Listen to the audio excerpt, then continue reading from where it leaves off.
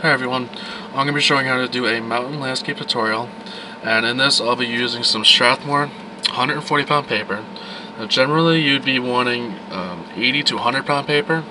This is very thick and it's generally used for watercolor. This is just all I have right now, so that's what I'll be using. You can go all the way down to 60 pound paper, that'll work just fine as well. I'll also be using some charcoal pencils. You can use regular pencils, they'll work just fine. I'll also be using some white charcoal just for all the highlights and everything. I'll also be using these sticks of compressed charcoal just for large coverage. As far as erasers, I'll be using 3. I have the kneaded erasers, I have the pink erasers for the good tip, and I also have these black erasers just for basic erasing. I'll also be using these blending sticks, so these work very well when blending all the different tones together and really brings it all together in the end. So these you have to have, and you don't even have to get something like this. You can just pretty much get a piece of paper, wrap it all up really tight and use that as well.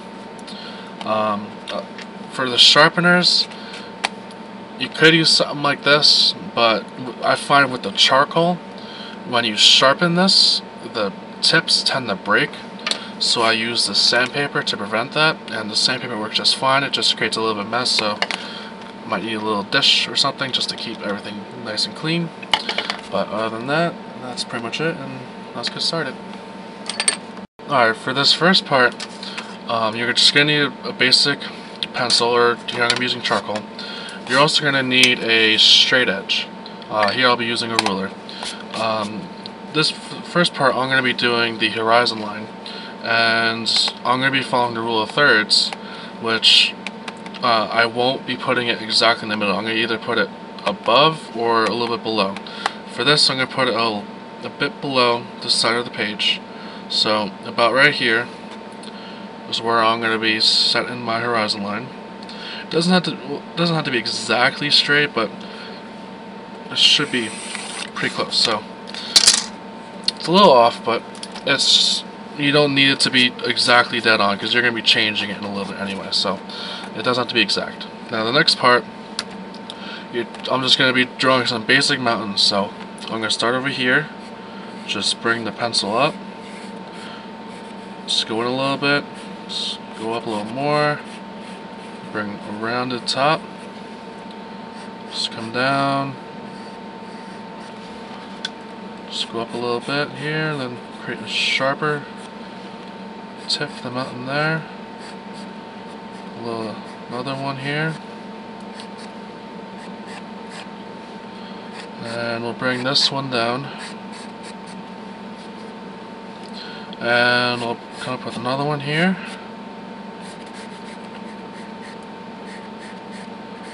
Like that, and then another tip. And just bring that one down like that. Now I'm going to make this one a little bit sharper just to match the other mountains. Something like that. Alright, now after this, I'm going to be using this powdered charcoal here. This you can get at pretty much any art store for around 10 bucks. It works absolutely fantastic for doing skies and stuff like that, just because it creates a nice even coat.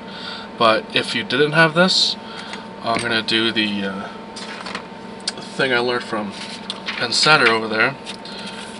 You just take the charcoal, go like this with it. This is just basic compressed charcoal. This is the 6B, so it's fairly dark. Just take it like this. Now I'm going to be using a cotton ball, and you just rub this like this, and you just bring it like this, just like that. Now what this stuff will do, it's the same thing, it's just minus the step of the compressed charcoal part. So you just take this, just dip it in, and it's just loaded. So this will spread very evenly. You just keep adding, and you just keep blending until you get a nice general coat. Don't worry if you go over the mountains a bit, because you're going to be adding more detail to it anyway. That's why I'm doing the sky first. So you're just going to be going like this. So all like that. And then you're just going to blend in a little bit more. Just keep going over it. Now if you don't have cotton balls like this, you can use tissue paper, you can use paper towels, anything that's soft and will blend something, it'll work well for this. I find that cotton balls tend to work the best, but whatever works is great.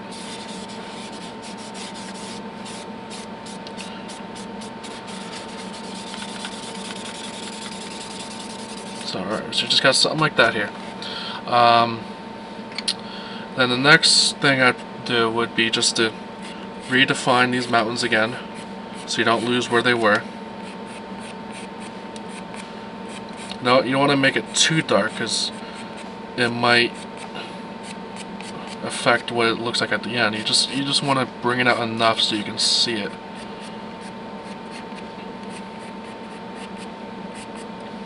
Alright, so after that, you're going to be doing the basic lines going down the mountain to show where the cliffs are and things like that. So there's no general guideline on how to do this. It's just all random. It's just how you prefer to do it. So I'm going to start over here like that, and I just break off these points and I just start just with these crazy lines. You can go as crazy as you want with these. So it doesn't matter how you do it.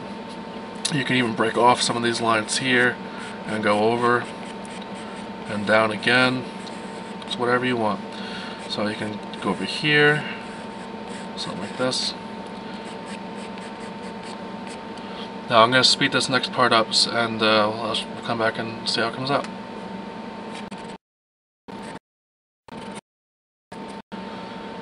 Alright, now for this next part, you're going to want to figure out where your sun is, because without that you're not going to be able to know where to shade on these mountains. So I'm going to say that my sun's on this side of the paper over here. So if the sun is coming in this way, then anything over this way to these lines, anything to the left of all these lines is going to be shaded in.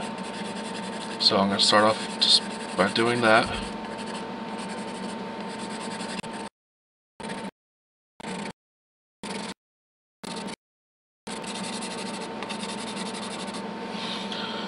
Alright, now that's just the basic shading.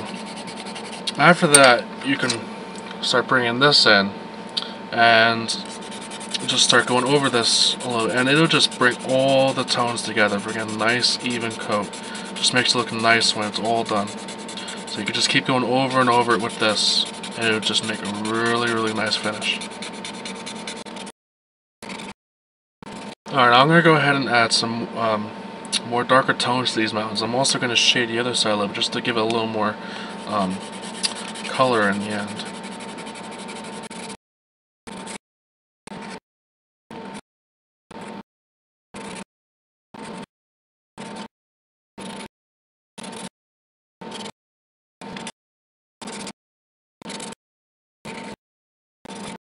Alright, so that's the pretty basic mountains there. As you can see, I defined these lines again while they're coming down. I also darkened them a bit to show that when the sun comes in, that they'll get really dark right behind those cliffs right there. And it just helps to bring, it just pops them a little more in that, and I prefer the look of that. So that's the way I'll do it, but this is pretty much the basic way they end up looking. And yep. So I'm just going over it here and there. And I'm just using this, and I'm just carrying color all over this. Just with this, just by because of how dark this is. Just going over everything and just carrying color to even the white sides of the mountains. I'm just darkening them in a bit too, just to give the mountains a better feel. So.